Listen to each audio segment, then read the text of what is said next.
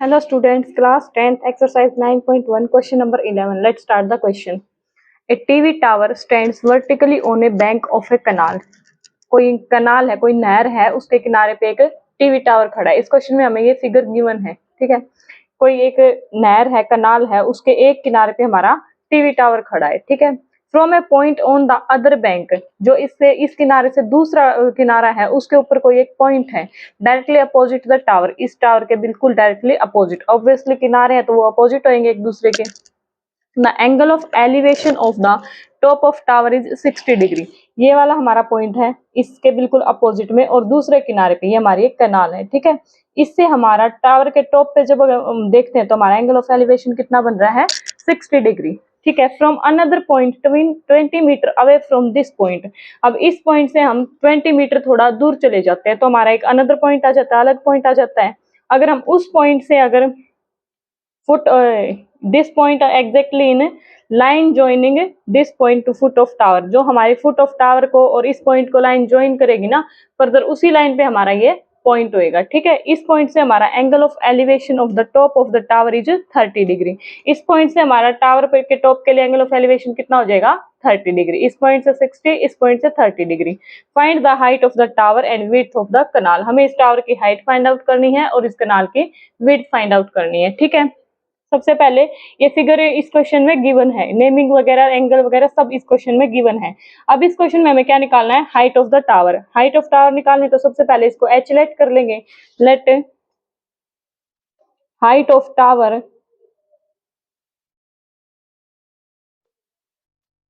Is H, ये हमने कर ली लेट, और H is equal to A B, ठीक है। ये हमने लेट कर ली, ये हमारी हाइट है एच। फर्दर क्या कहता है, अब देखो हमें विड्थ ऑफ कनाल निकालनी है, हाइट ऑफ टावर निकालनी है। विड्थ ऑफ कनाल का मतलब हमें ये निकालनी है, सॉरी ये निकालनी है, ये तो 20 मीटर अवे चला गया, ये निकालनी है। और हमें हाइट ऑफ टावर निकालनी है। अब हमारे पास दो ट्राइंगल हैं, this one and this one, एक है बड़े वाली ए डी बी और एक छोटे वाली ए बी सी। दोनों से हाइट ऑफ टावर, टावर तो दोनों में सेम है ना, तो एक ये जो एच रहेगी दोनों ट्राइंगल में सेम रहेगी, तो एक बार इस ट्राइंगल से इस एच की वैल्यू निकालेंगे, दूसरी बार इस ट्राइंगल से इस एच की वैल्यू निकालेंगे, और फिर उनको इक्वेट कर देंगे, क्योंकि दोनों ट्राइंगल्स के लिए, इस पॉइंट के लिए भी इस पॉइंट के लिए भी टावर तो हमारा सेम ही है ना, टावर की हाइट तो सेम ही रहेगी, तो दोनों ट्राइंगल से हमारी जो हाइट आएगी वो इक्वल हो जाएगी, ठीक है। सबसे पहले इस ट्राइंगल से हाइट फाइंड आउट कर लेते हैं। अब इस ट्राइंगल से हम हाइट फाइंड आउट करेंगे तो हमारे पास ना हाइपोटेन्यूज गिवन ना बेस गिवन, हमें ये भी निकालना है, हमें इसकी वैल्यू भी नहीं पता है, तो इसको हम लेट कर लेते हैं X. Let width of the canal is X, इसको भी हम लेट कर लेंगे क्योंकि हमारे पास ये भी गिवन नहीं है, तो late width of canal is equals to x, which is equals to CB। ये हमारी ये हो गई। अब यहाँ से हम h की वैल्यू फाइंड आउट करेंगे। किसकी वैल्यू फाइंड आउट करनी है, h की। h हमारा यहाँ पे क्या है, ये हमारा क्या है, परपेंडिकुलर, ये क्या है base, and this is hypotenuse because it is a right angle triangle. तो हमारे परपेंडिकुलर हमें निकालना है, निकालना क्या है, परपेंडिकुलर।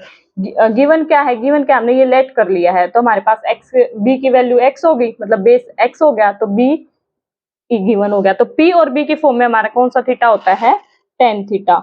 टेन थीटा पी और बी की फॉर्म में हमारा टेन थीटा होता है। ये हमें कहां से पता लगा, लास्ट चैप्टर में जो हम यूज करते थे, पंडित बद्री प्रसाद हर हर बोली, लास्ट टर्म हमारी टेंजेंट थीटा होती थी, ठीक है। इस ट्रायंगल में हमारा थीटा कितना है, 60 डिग्री, तो हम यहाँ पे क्या लेंगे, टेन 60 डिग्री, क्योंकि हमें सबसे पहले थीटा लेना होता है ना, साइन कोस टेन या कौन सा थीटा होगा, वो हमें कैसे पता लगता है, हमने निकालना क्या है और हमें गिवन क्या है, उसके बेस पे जो हमारी टर्म होती है कि हम इस टर्म में हमारा कौन सा थीटा होता है वो हम यूज करते हैं। तो यहाँ पे क्या आएगा, 1060, ठीक है।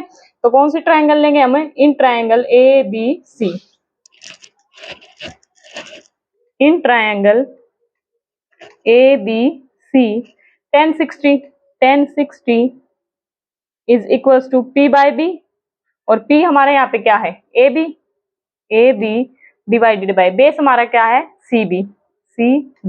फर्दर इनकी वैल्यूज पुट करेंगे, 1060 की वैल्यू हमें पता है √3 होती है, is equals to A B की वैल्यू हमने लेट करी थी यहाँ पे, ये गिवन है h divided by C B की भी वैल्यू हमने लेट करी थी x, तो यहाँ से h की वैल्यू हमारी क्या आ गई, h is equals to √3x which is equals to C B. Sorry not C B, h is equals to √3x, x क्या है, h क्या है हमारा A B is equals to h is equals to √3x। यहाँ से height of tower आ गई हमारी h। अब दूसरी हम हाइट ऑफ टावर बड़ी ट्रायंगल से निकाल लेंगे, ठीक है, क्योंकि टावर तो हमारा सेम ही है, दोनों की हाइट सेम ही रहनी है। तो अब कौन सी ट्रायंगल लेंगे, A B D, in triangle A B D. फिर से वही हमारा निकालना तो हमने यही है ना, ये हमारा परपेंडिकुलर है, हाइट निकालनी ना, तो p हमने निकालना है और ये हमारे पास वैल्यू होगी 20 है, ये x है, तो ये कितना हो गया हमारा 20 प्लस x। ये कंप्लीट क्या हो जाएगा हमारा 20 प्लस x यहाँ से यहाँ तक, ठीक है। तो ये हमने निकालना है, ये हमें गिवन हो गया, बेस हमें गिवन हो गया। तो p और b की फॉर्म में अभी हमने किया, क्या होता है हमारा tan थीटा, और थीटा हमारे यहाँ पे क्या है 30 डिग्री। तो यहाँ क्या लेंगे हमें tan 30 is equals to p by B, और यहाँ पे हमारा परपेंडिकुलर वही है same A B divided by B. Base अब हमारा चेंज हो गया, बेस बड़ा हो गया, तो ये क्या हो गया डी बी, ठीक है, A B by D B. अब इनकी वैल्यूज पुट करेंगे, tan 30 की वैल्यू हमें पता है 1/√3 होती है, ठीक है, तो ये वैल्यूज पुट कर देंगे 1/√3 is equals to A B की वैल्यू वही h divided by D B की वैल्यू 20 प्लस x, यहाँ से ये उधर चला जाएगा तो h की वैल्यू फाइंड आउट हो जाएगी। तो यहाँ से h की वैल्यू हमारी क्या आ गई, h is equals to 20 plus x divided by √3, ये हमारा उधर चला गया। यहाँ से हमारी h और h हमारा क्या है a b, यहाँ से हमारी h की वैल्यू आ गई ये, यहाँ से हमारी h की वैल्यू आ गई ये, एक तो वैल्यू ये होगी h की और दूसरी होगी हमारी दिस वन। लेकिन टावर तो सेम ही है ना दोनों के लिए, दोनों पॉइंट से हम सेम ही टावर पे देख रहे हैं ना, तो ये हाइट हमारी इक्वल हो जाएगी, this one should be equals to this one. तो क्या हो जाएगा √3x is equals to 20 plus x divided by √3, ये हमारे इक्वल हो गई। तो ये √3 यहाँ से यहाँ जाएगा, तो √3 और √3 की मल्टीप्लाई 3 हो जाएगी, ये हमारा बन जाएगा 3x is equals to 20 plus x की टर्म्स को एक साइड कर लेंगे, ये 3x है, ये इधर आके -x, तो ये हो जाएगा हमारा 2x इज इक्वल्स टू 20, और यहाँ से x की वैल्यू आ गई हमारी 10, और x हमने क्या लेट किया था विड्थ ऑफ द कनाल या विड्थ ऑफ द रिवर, तो विड्थ ऑफ द कनाल आ गई हमारी x is equals to 10 metre, ठीक है। और हमें क्या निकालनी थी हाइट ऑफ द टावर। अब हाइट ऑफ द टावर हमें यहाँ पे पता है h is equal to √3x है, और x की वैल्यू हमारे पास आ गई, तो यहाँ से h हमारा क्या हो जाएगा √3 मल्टीप्लाई में x की वैल्यू 10, ये हम यहाँ से पुट कर रहे हैं, h is equal to √3x, ये जो हमने अभी निकाला था, h is equal to √3x, x की वैल्यू 10, तो हमारा h क्या हो गया 10√3, ठीक है, x की वैल्यू आ गई 10, h की वैल्यू आ गई 10√3, तो हम क्या लिख सकते हैं हाइट ऑफ द टावर,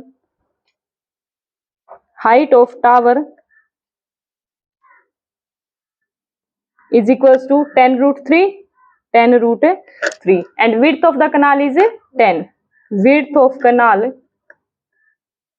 या river width of canal is equals to 10 metre, ये हमारा आंसर आ गया। ओके